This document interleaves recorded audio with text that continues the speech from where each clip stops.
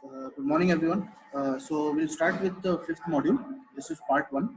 The module is named as determinants and eigenvalues and eigenvectors. So we'll look at the determinants part. Uh, so let's see what are the determinants. The first part will deal with the properties of the determinants. Okay, and these are very simple properties that we need to look at.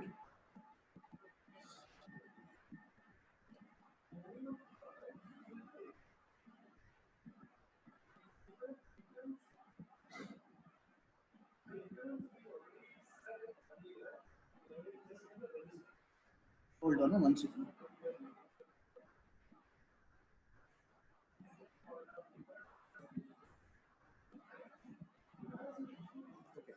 So what are the properties or introduction to the determinants?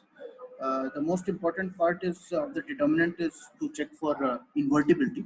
If you have a determinant A, then you can find its inverse. If the determinant of A, the matrix A is 0, then A is singular.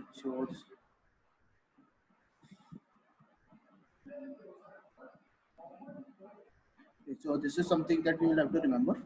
If the determinant of A is 0, when you find the determinant, then that kind of a matrix uh, is known as a singular matrix. If the determinant is not equal to 0, then you can find the inverse of the determinant. Uh, so just more information about the determinant, or what is the entire concept of this determinant. Uh, so if you find the determinant of a matrix A, that is nothing but equal to the volume of a box in n-dimensional space.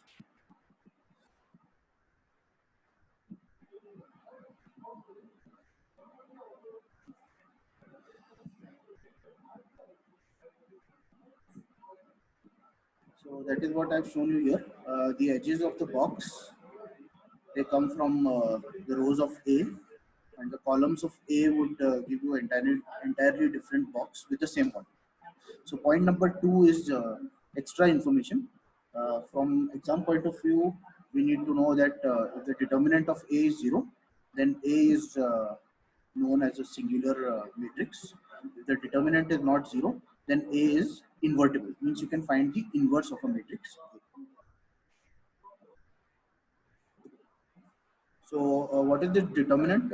This determinant will give us a formula for each pivot. So from module 4, we already know what is a pivot. We'll revisit this concept of pivot a little bit more in this module as well. So we'll look at a formula that determinant is nothing but plus or minus of products of the pivot. So once we solve a problem, we'll be able to understand this better. And it will also require us to do the row reduced echelon form, which we have done in module 4. So some parts of module 4 will be adopted in module 5 to evaluate the determinant part. So the other part of about the determinant is that it measures the dependence of A inverse into B. That means you find A inverse, the inverse of matrix A, and when you multiply with B, each element of B, there will be a dependence. Okay. So we'll see whether it is linearly dependent or whether it is non-linearly dependent. Uh, so what I've written in the last part, if you can see, the determinant can be and will be defined by three most basic properties. Right? The determinant of I is nothing but an identity matrix. For that, the determinant will be 1. Okay, this is a standard result. The sign is reversed by a row exchange. We'll look at this when we solve a numerical. And the determinant is linear in each row separately. So we'll see what exactly this means once we solve a problem. Uh, for the student who's putting all these arrows, I'm recording. Plus, I also know who are the people present. So please stop doing that. You are disturbing all of us. So let's look at the properties of the determinant. So you have determinant A, B, C, D, which is written in that form. So we write it as A, B, C, D, and the determinant is very easy to find. You do A into D, this diagonal, the main diagonal, minus B into C. So that will be the determinant here. As we saw in the previous slide, the determinant of identity matrix is 1. So this gives you an example here. So determinant of I is 1. So you have 1, 1. For an identity matrix, the diagonal will have 1. Rest of them will be 0. So you have 1 into 1 minus 0 into 0. That will be 1. If you have a 3 by 3 matrix, then you have 1, 1, 1 and rest are zeros. So you just have the determinant as 1. So I think you're doing determinants in mathematics. So just to refresh your memory, if I want to find the determinant here, you leave this column, you leave this row. So what you're left with is 1, 0, 0, 1. So the determinant will be 1 into 1 minus 0 into 0. That will be the determinant. The other thing which we saw in the previous slide or read in the previous slide was the determinant changes sign when two rows are exchanged. So you have CDAB. So the determinant is CB minus DA. If I exchange the row, that means if AB goes on top and CD comes bottom, you can see that the determinant will be AD minus BC, which is nothing but minus of CB minus A. So that when the rows are exchanged, the determinant is also going to change the sign. Okay. So we'll see a little later that by doing this row exchange, we can turn P, the pivots, into an identity matrix, which will be very helpful for us. And you keep doing this row exchange till you reach I, and we will know that the determinant of I is 1. Okay. So this kind of a matrix is known as a permutation matrix. Okay. So you can read here, it's written that the determinant of every permutation matrix is determinant P equal to plus or minus 1. Okay. So we'll see how we can generate permutation matrix by doing this row exchange and by using this particular property that row exchange will change the sign of the determinant and bring this permutation matrix into I, which is the identity matrix, and directly use the result that determinant of I is 1. So this will be very helpful for us. Next, the determinant will depend linearly on the first row. The first row is going to be very, very important for us. Okay. So you can see here, the linear combination will involve two operations. One will be adding the vectors. One will be adding the vectors and then multiplying by scalars. Okay. So you can split this into two parts. So we'll add a vector in row 1. So initially we have A, B, C, D. Now we'll add A plus A dash. We'll add a vector here and B plus B dash. And I can write this as initial matrix A, B, C, D plus the new vector, which is A dash, B dash and C. Then next is to multiply it by scalar. So let's multiply by T in the first row. So the first row will become here TA, TB, C and D. So you can have this as common T, A, B, C. Okay. This is a basic property of the determinants, which again we'll be using later on, that the determinant depends linearly on the first row. Next is a very basic property again. If two rows of A are equal, then determinant is 0, which you can see here. If the two rows are equal, then you'll have AB minus AB, AB minus BA, which is nothing but 0. Okay. So these are some basic properties we'll use in the numericals.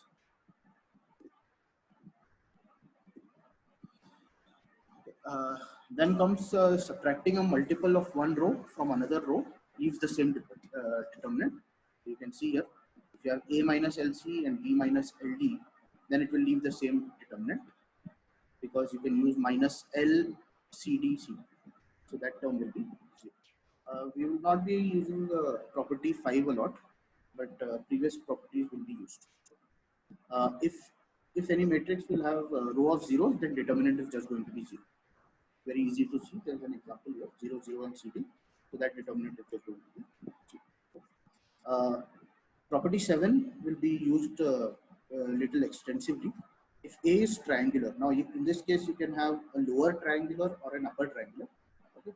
So that would mean that the main diagonal will have elements, and then either the components below that diagonal will be 0 or components above that diagonal will be 0, depending on if it is the upper triangular or lower triangular. So if A is triangular, then determinant A is nothing but the product A11, A22, AN.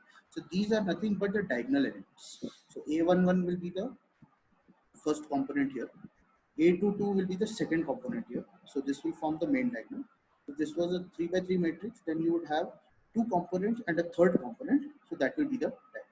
So this is a very important property, that if A turns out to be triangular, lower or upper, then the determinant is nothing but the product of the diagonals. Okay, so this will be used, and you can see here that in first example we are using a lower upper triangular matrix, because you have a diagonal and the element below that main diagonal is 0, right? So you have AD and the element below that is 0, and the determinant is just nothing but AD.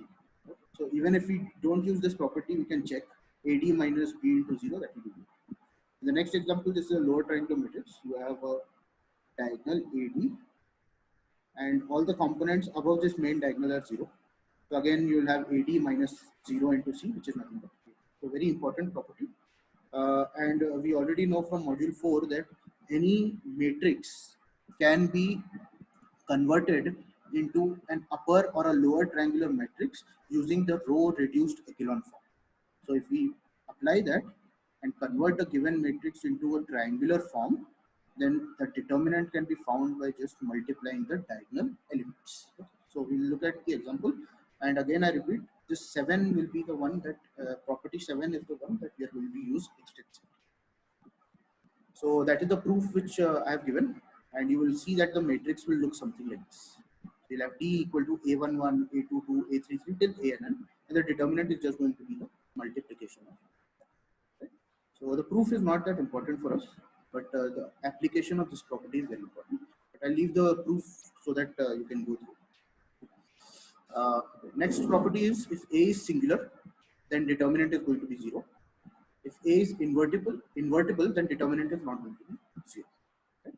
So this is something that we'll use, and we'll see how we can use this when we solve some problems. Okay? Property 9, determinant of AB is the product of determinant A times determinant B. So we'll be using the product rule. Here you have to be very careful. Addition of A plus B does not mean determinant of A plus determinant of B. That is not true. But determinant of AB is always going to be product of determinant of A into determinant of B. The product rule is always true. Addition is may or may not be true. We do not know. Right? So this same rule which we are seeing here, determinant A into determinant B equal to determinant AB, is not applicable to determinant A plus determinant B equal to determinant A plus B. That is not true. Okay, that's why it's not true. So a particular case of this rule will be determinant of A inverse, and determinant of A inverse is nothing but 1 by determinant of A. Right? So this is again a property which will come to use for us. Determinant of A inverse is 1 by determinant A, and the proof is here, because determinant A into determinant A inverse will be determinant of A inverse, which is nothing but 1. Right? So again we'll be using property 9 extensively. So the proof is given to us. The proof is not that important. It is just so that there is completion of that property. You may go through the proof, but it is not required from an exam point of view. Then comes the transpose rule, very important. If the transpose of A will have the same determinant as A itself. That means determinant of A transpose will be nothing but determinant of A itself. And the proof is given here using the matrix. You have determinant of A, which is A for A, B, C, D, will be nothing but A, C, B, D, and that is nothing but A transpose. Okay? So this property 10 is very, very important, because it will help us in solving what is known as the LDU rule, where you can factorize a matrix A, and you can factorize it in the form of L, D, and U. And here D is a diagonal matrix, and U will be the triangular matrix. And we'll see what is this L and how we can factorize it. Okay?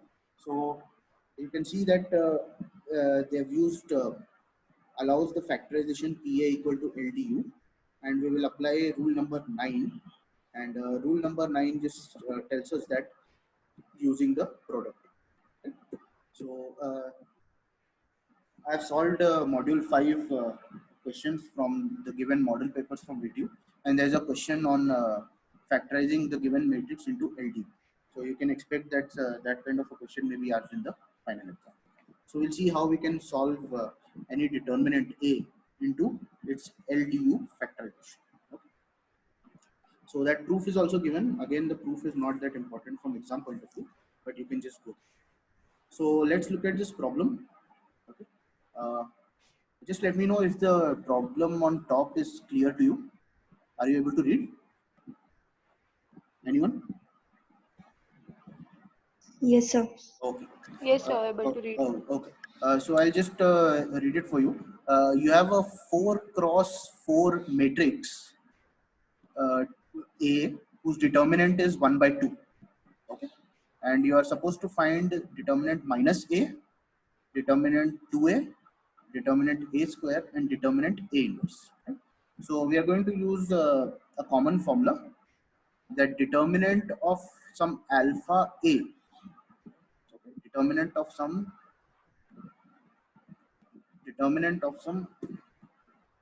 one second. So determinant of some alpha A is alpha raised to k determinant of A. Okay. So here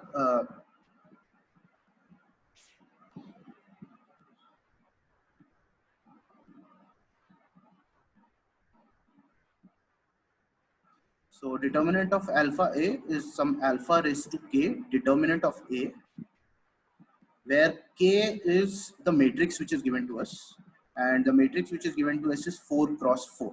Right. So in this formula, k will be 4. Alpha is the notation which is next to the matrix A.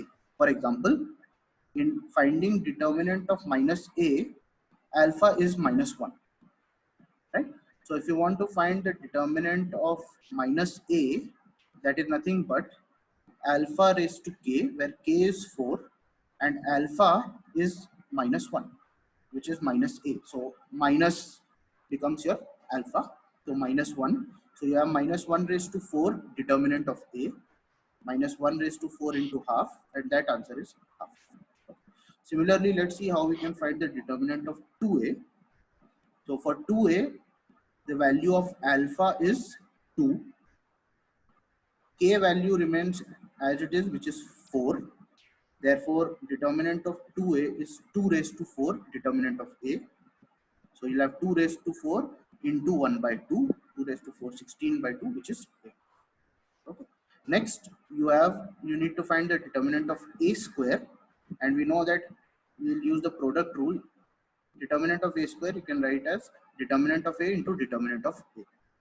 Therefore, half into half, which is 1 by 4. In the fourth part, you need to find the determinant of A inverse.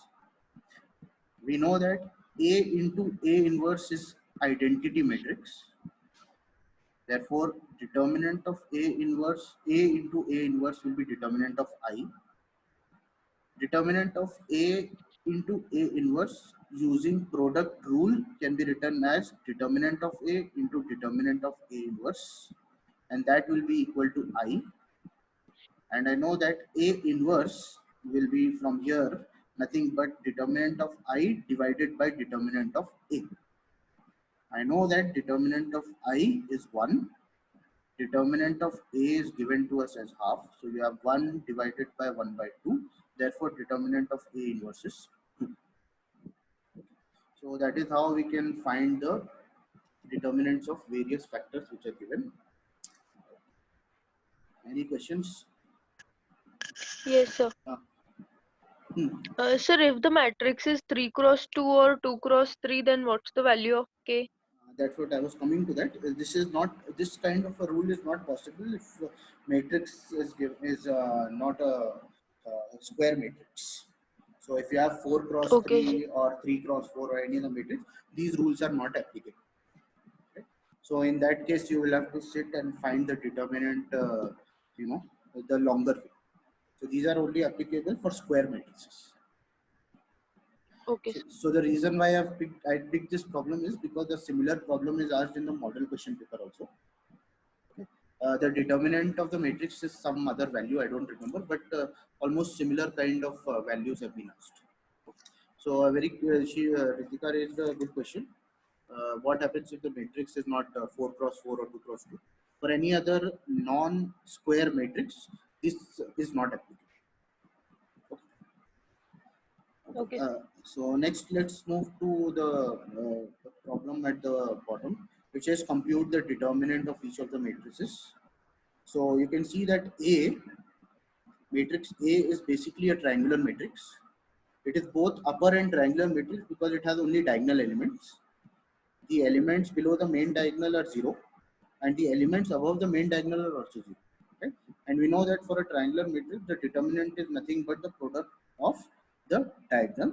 Therefore, determinant of A is nothing but these diagonal elements, which is 5 into minus 3 into 4, that is nothing but minus 16. Right?